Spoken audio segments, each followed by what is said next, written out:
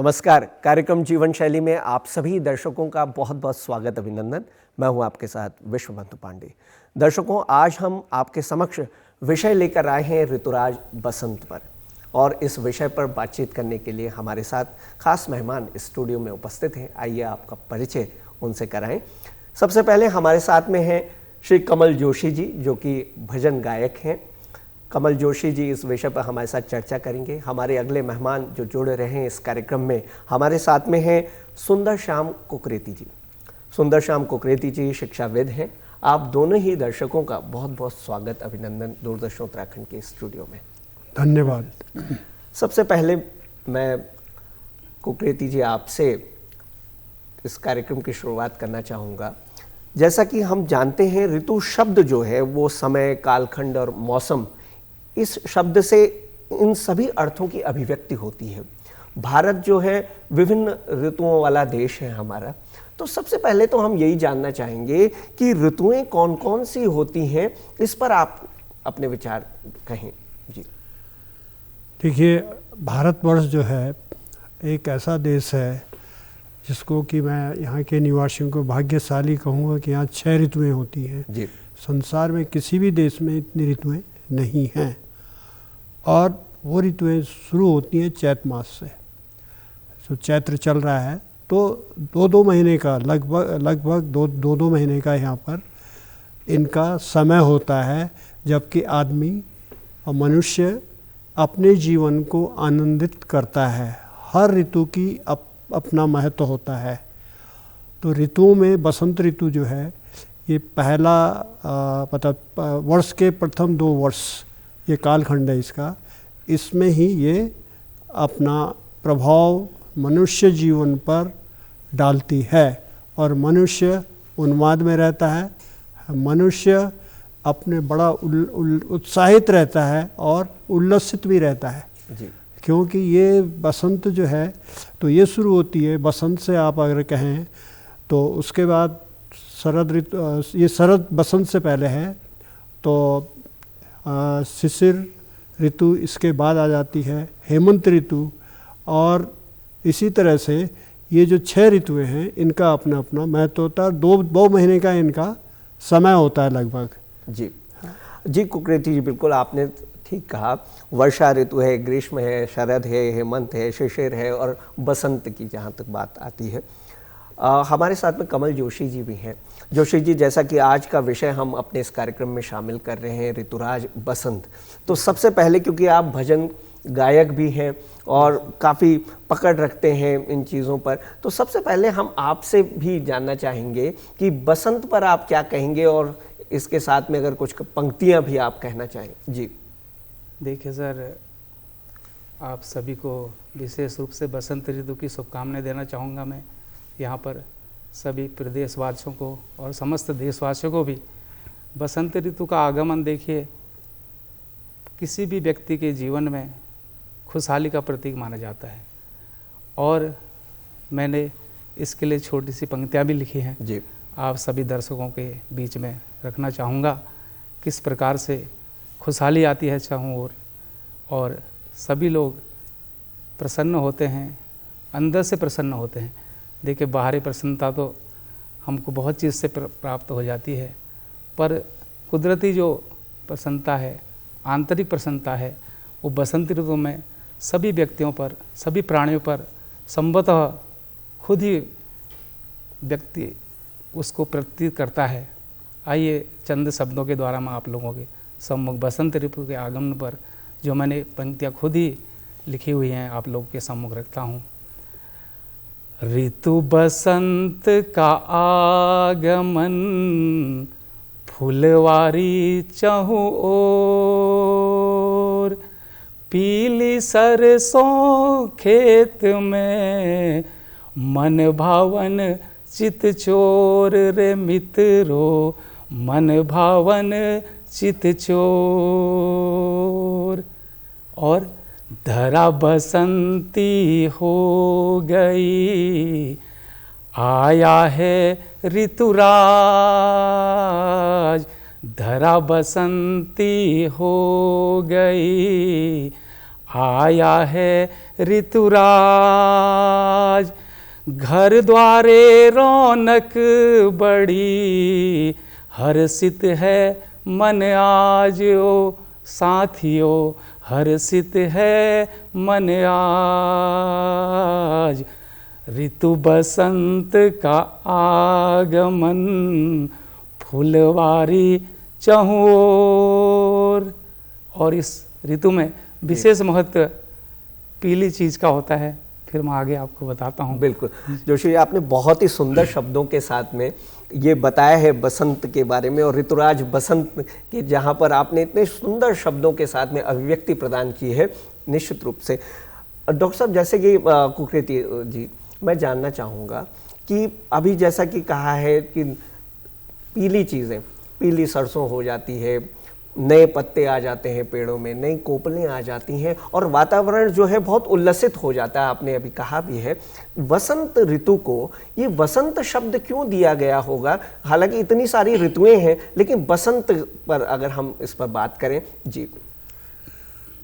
जहाँ तक मैं समझता हूँ जी, बसंत का मतलब ही होता है, आप इसको नवयौवन, नवजीवन, और हर चीज़ नया, जी, पेड़ पौधे सब नयापन लेके आते हैं। इसी ऋतु में उनका जो है नई कोपलें आएंगी, फूल भी खिलेंगे, वो भी नए अपने बर्ड से वो फूल बन जाते हैं। बिल्कुल।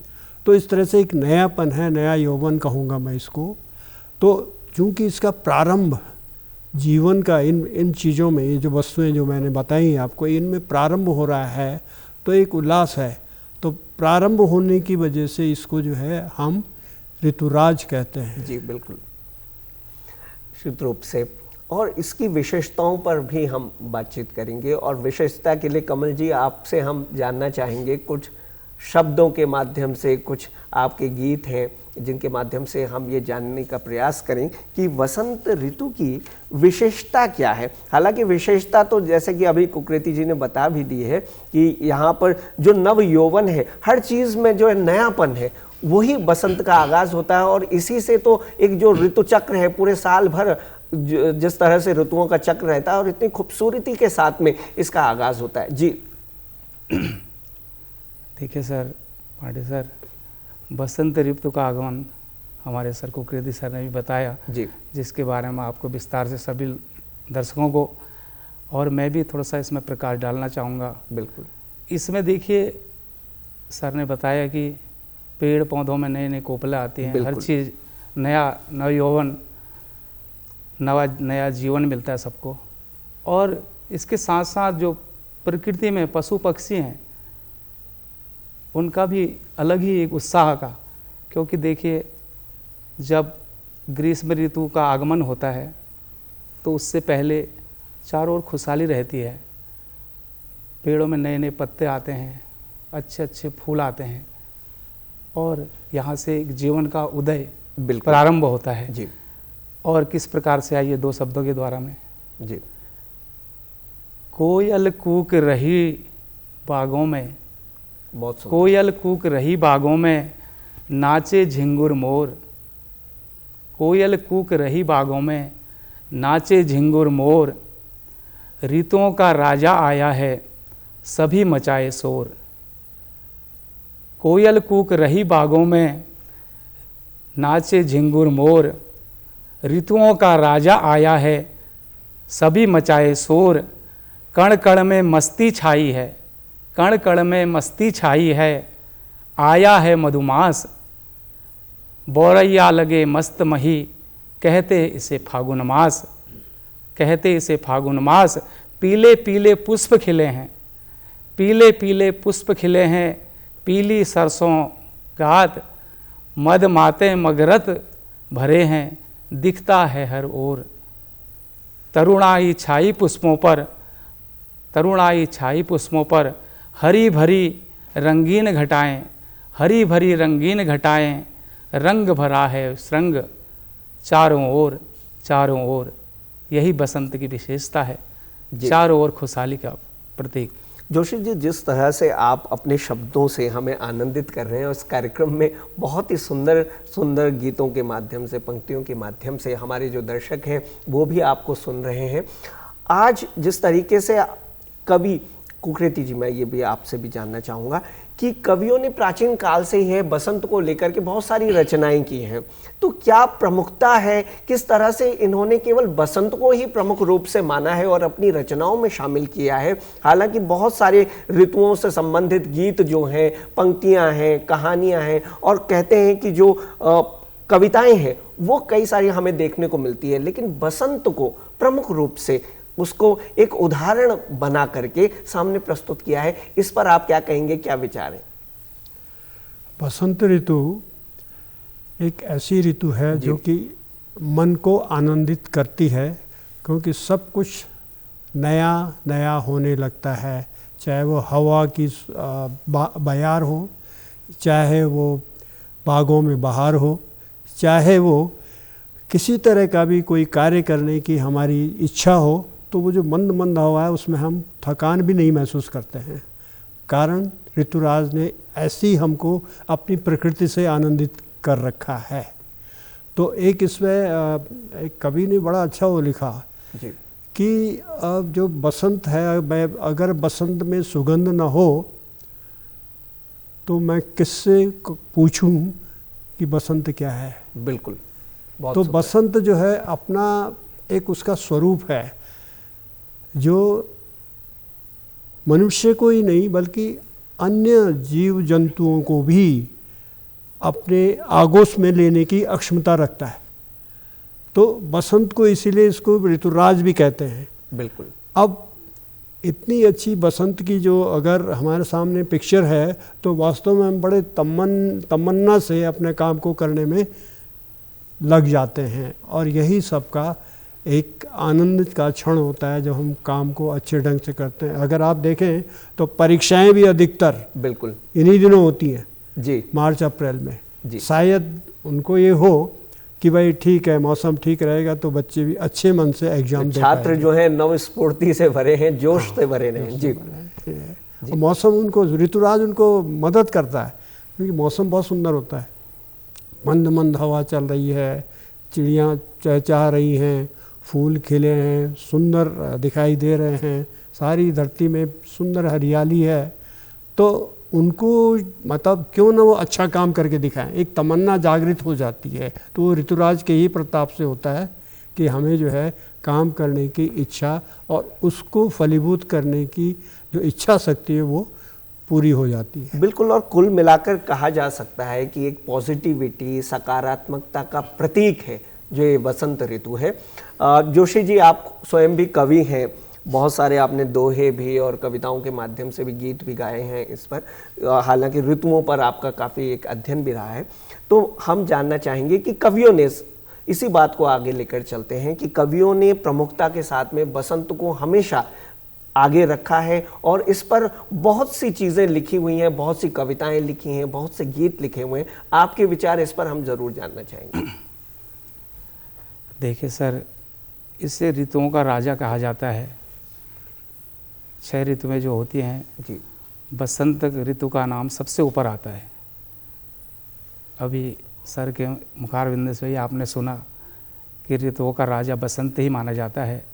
कोई भी हम नया कार्य शुरू करते हैं, नई चीज़ की कोई प्लानिंग करते हैं और कुछ जीवन में नया अपने जीवन में शामिल करना चाहते हैं, तो लोग इसका इंतज़ार करते हैं, साल भर का इंतज़ार करते हैं कि हम इस ऋतु से हम अच्छा कार्य करेंगे जी।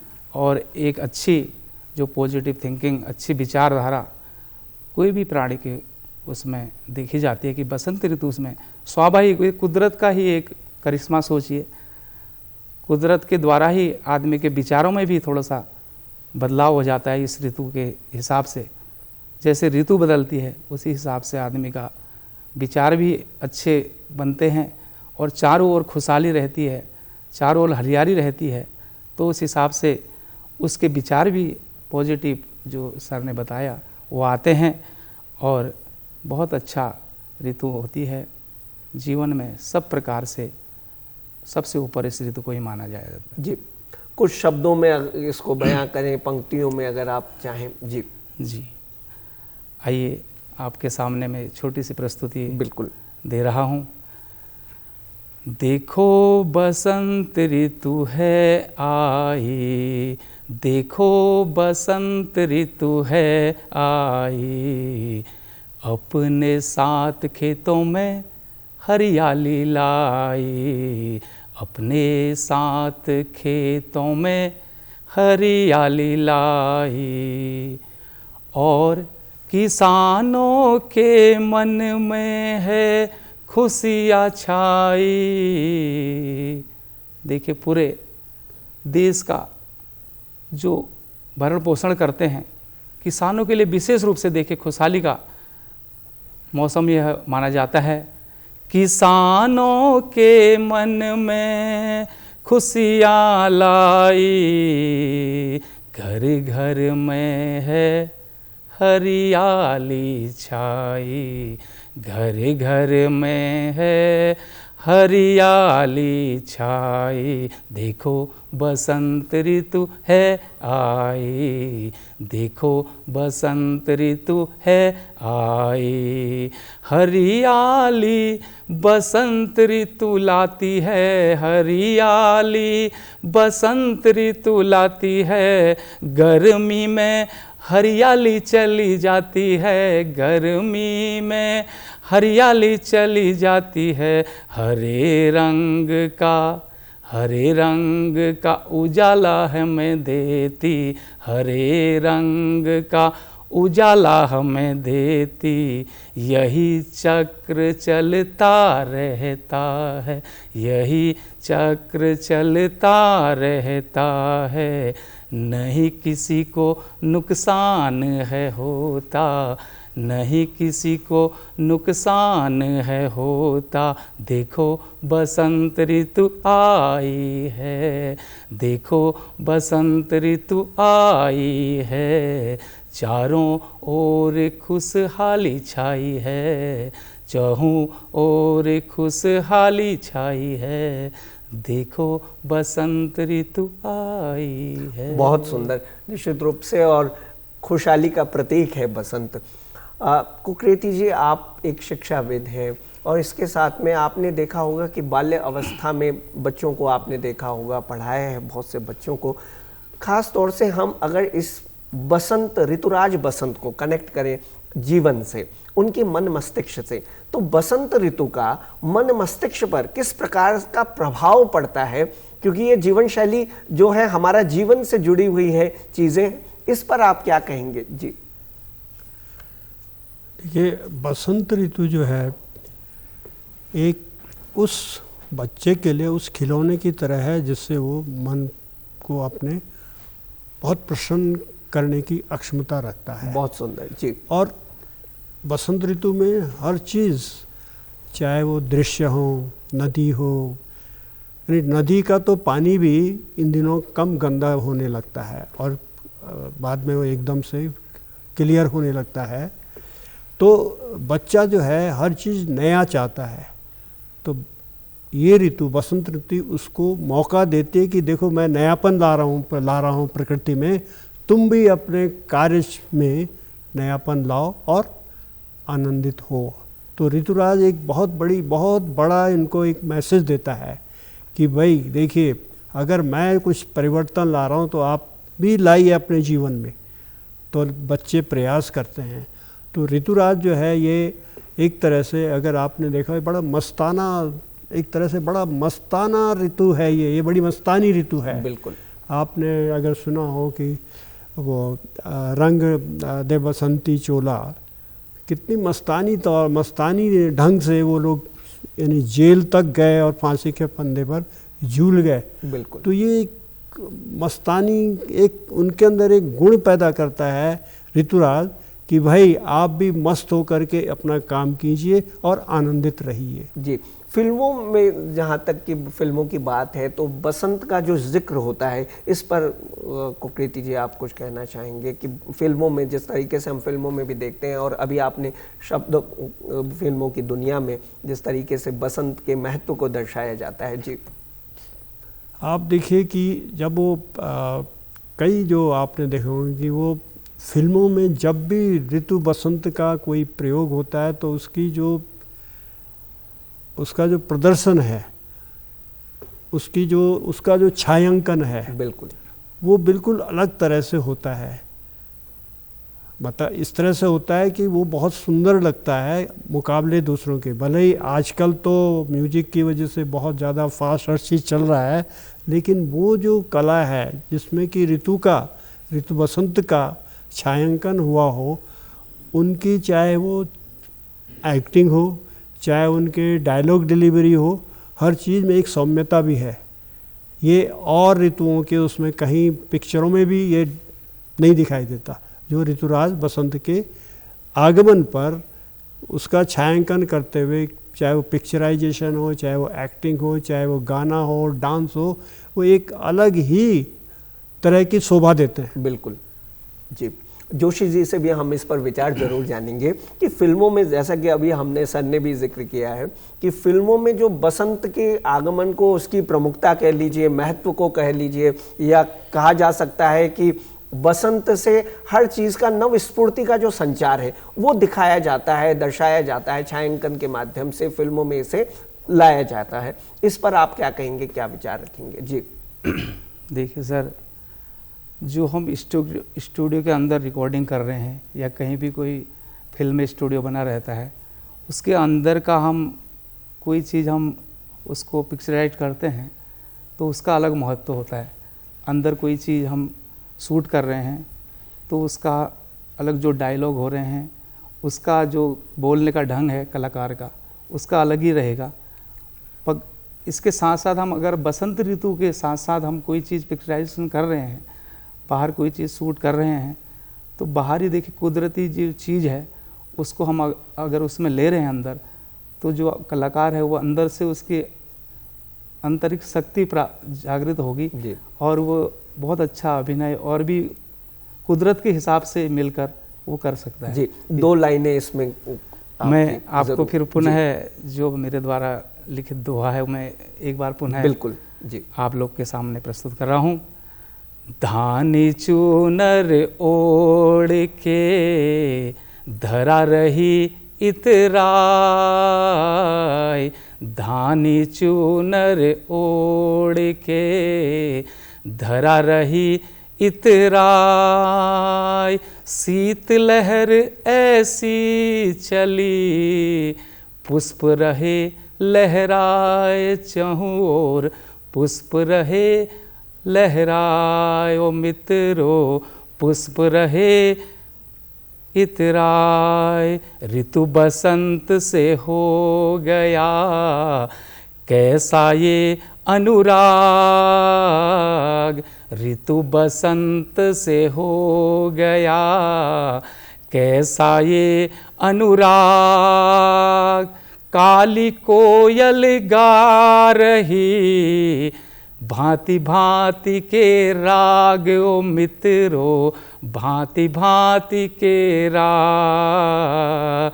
ऋतु बसंत का आगमन फुलवारी चहूँ ओर, पीली सरसों खेत में मन भावन चित चोर ओ मित्रों, मन भावन चित चोर। बिल्कुल। और संगीत में भी बसंत ऋतु को इतना महत्व दिया गया है और तभी तो इसमें राग बसंत जैसे बना है। कुकृति जी, इसमें आपने देखा जैसे कि अभी जोशी जी ने बहुत ही सुंदर दोहों के माध्यम से भी इस बात को सामने रखा है, बसंत के बारे में, इसके महत्व के, प्रमुखता के बारे में। तो संगीत के क्षेत्र में बसंत को लेकर के अभिव्यक्ति करना, बसंत को इसमें शामिल करना, इस पर क्या सूचक है? जी देखिए, अगर ऋतु बहुत सुंदर है, जैसा कि हम मानते हैं कि बसंत ऋतु सबसे सुंदर ऋतु मान ली जाती है और है भी, इसी तरह संगीत भी जो हमारे मन को एक नई सोच प्रदान करता है और हमारे मन को शांति देता है। तो शांति और प्रकृति के सुंदर दृश्यों का अगर सम्मिश्रण हो जाए तो हम उससे ज़्यादा आनंदित बात हमारे लिए हो भी नहीं सकती है। जी तो मनुष्य को इन दोनों से ही इतनी उपलब्धि मिल जाती है, मानसिक शांति मिल जाती है, दूसरे उसकी अपनी क्रियाओं में एक तीव्रता आ जाती है कि भाई मौसम अच्छा है, संगीत सुन रहा हूँ तो चलो अच्छा काम करें। तो एक तरह से उसके लिए प्रगति सूचक बात है कि दोनों साथ साथ हम आनंद ले रहे हैं, दोनों का साथ साथ में। तो ये बहुत अच्छी बात है कि अगर संगीत के कार्यक्रम भी केवल ऋतु में हो तो आई थिंक कि हम तो कहाँ के कहाँ पहुँच जाएंगे, बहुत ज़्यादा आनंदित हो जाएंगे, लेकिन ऐसा होता नहीं है। पर ऋतु जो बसंत है इसका अपना महत्व इस वजह से है कि संगीत इसका सहपाठी है, सहगामी है जी तो उसका आनंद तो अलग ही होगा। जी।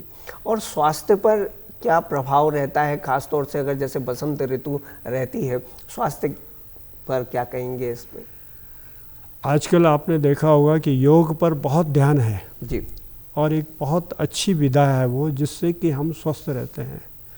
लेकिन ये ऋतु जो है बसंत ऋतु, उसमें हमें बहुत हेल्प करती है। जी हवा में सुगंध है, अच्छी हवा हमको मिल रही है, वायु हमको मिल रही है, या हमको जो है हमारे अंगों को शीतलता मिल रही है। तो बसंत ऋतु में ही इतनी शीतलता मिल जाती है कि उससे हमें बहुत लाभ होता है। हमारे स्वास्थ्य में जो श्वास की जो नली है ना, इसके अंदर गंदी हवा नहीं जाती उतनी जितनी कि दूसरे ऋतुओं में जा सकती है, या दूसरे ऋतुओं में बैक्टीरिया हो जाते हैं वर्षा काल में, वो शरीर को नुकसान करते हैं। बसंत ऋतु में ऐसा कुछ नहीं है, बैक्टीरिया हैं, लेकिन चूंकि बैक्टीरिया भी एक टेम्परेचर तक बिल्कुल हानिकारक होते हैं, तो बसंत ऋतु में वो कम से कम उनको सबड्यू तो कर रखा है कि भाई तुम जो है ज़्यादा हानिकारक ना रहो, हम नई बयार के साथ आए हुए हैं। तो ये ऋतु बसंत का एक स्वास्थ्य के लिए बड़ा अच्छा संदेश है कि प्रैक्टिस करो या योगा करो, खेलो कूदो बच्चों को, तो तुम्हें मज़ा आएगा। जी। तो वो ऋतु में, इस ऋतु में वो बहुत अच्छा काम और ऋतु में जब मन प्रफुल्लित रहता है तो घूमने का भी आनंद मिलता है और स्वास्थ्य जो है वो निश्चित रूप से बहुत सुंदर रहेगा। जोशी जी, स्वास्थ्य पर अभी हम इसको आगे बढ़ाएंगे, इसी बात को। स्वास्थ्य की हम बात कर रहे हैं और ये कार्यक्रम भी जीवन शैली है स्वास्थ्य को लेकर के, और खास तौर से बात की जा रही है ऋतुराज बसंत पर। तो स्वास्थ्य की दृष्टि से आप देखें इस ऋतु का क्या महत्व है, जो हम स्वास्थ्य पर बात करें कि किस तरह से हम स्वस्थ रह सकते हैं, तो इस ऋतु की क्या विशेषता है? जी, इस ऋतु में देखिए न ज़्यादा गर्मी होती है न ज़्यादा ठंडा होता है। बिल्कुल।